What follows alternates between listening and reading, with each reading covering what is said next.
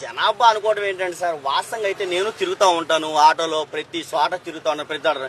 ఎవరైనా సరే ఏంటంటే మాకు పథకం రాలేదు, మేమైతే క్షేమంగా లేము, మేమైతే జగన్మోహన్ రెడ్డి ఉన్నప్పుడే బాగుంది మా పాలన అని చెప్పిన వాళ్ళు నాకైతే 100% వాళ్ళే చెప్పారు సార్. ప్రజలే చెప్పారు నాకు. నేను ట్రావెల్ చేస్తూ ఉంటాను కదా, ప్రజలే చెప్పారు నాకు.